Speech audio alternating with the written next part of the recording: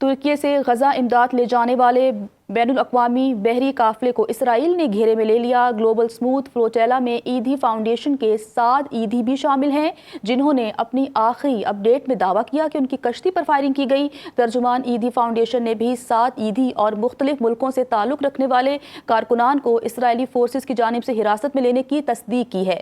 مزید تفصیلات لیتے ہیں سنو نیوز کے نمائندے آصف علی سید سے۔ آصف، مزید کیا اپ ڈیٹس ہیں آپ کے پاس؟ جی بالکل، یہ فیصل ایدھی کے صاحبزادے ہیں۔ 7 ایدھی اور مختلف ملکوں سے تعلق رکھنے والے کارکنان ہیں، اسرائیلی فورسز نے حراست میں لیا۔ یہ ترجمان ایدھی فاؤنڈیشن کا کہنا ہے۔ فیصل ایدھی کے صاحبزادے 7 ایدھی مختلف ملکوں سے تعلق رکھنے والے 500 سے زائد کارکنان کے ہمراہ فریڈم فلوٹیلا میں شامل کریو کو ترکی سے غزہ کے لیے روانہ ہوئے تھے، اور 7 ایدھی غزہ کے شہریوں کے لیے راشن، میڈیسن اور معصوم بچوں کے لیے دودھ، دیگر ضروری سامان لے کر جا رہے تھے۔ ترجمان ایدھی فاؤنڈیشن کا یہ بتانا ہے۔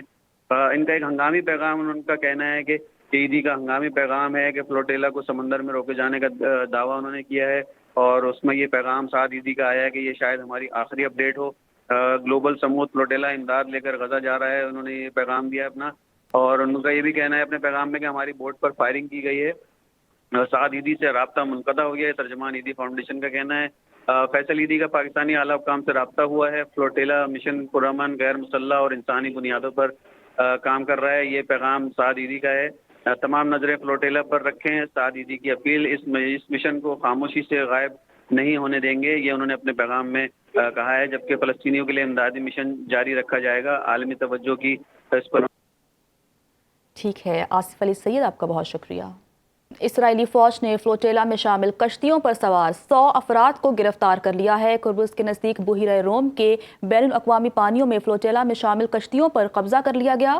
عرب میڈیا کے مطابق گرفتار انسانی حقوق کے کارکنوں کو اسرائیلی بندرگاہ اشدود منتقل کیا جا رہا ہے۔ یہ بحری بیڑا غزہ پر اسرائیلی ناکہ بندی کو توڑنے کی کوشش کر رہا تھا۔ اسرائیل نے کشتیوں کا راستہ تبدیل کرنے اور واپس لوٹنے کا کہا۔ فلوٹیلا میں شامل کشتیوں پر مشتمل یہ بحری بیڑا جمعرات کو ترکی کے شہر مارمرس سے روانہ ہوا تھا۔ اسرائیلی فوج نے فلوٹیلا میں شامل کشتیوں پر سوار 100 افراد کو گرفتار کر لیا ہے۔ قبرص کے نزدیک بحیرہ روم کے بین الاقوامی پانیوں میں فلوٹیلا میں شامل کشتیوں پر قبضہ کر لیا گیا۔ عرب میڈیا کے مطابق گرفتار انسانی حقوق کے کارکنوں کو اسرائیلی بندرگاہ اشدود منتقل کیا جا رہا ہے۔ یہ بحری بیڑا غزہ پر اسرائیلی ناکہ بندی کو توڑنے کی کوشش کر رہا تھا۔ اسرائیل نے کشتیوں کو راستہ تبدیل کرنے اور واپس لوٹنے کا کہا، جبکہ فلوٹیلا میں شامل کشتیوں پر مشتمل یہ بحری بیڑا جمعرات کو ترکی کے شہر مارمرس سے روانہ ہوا تھا۔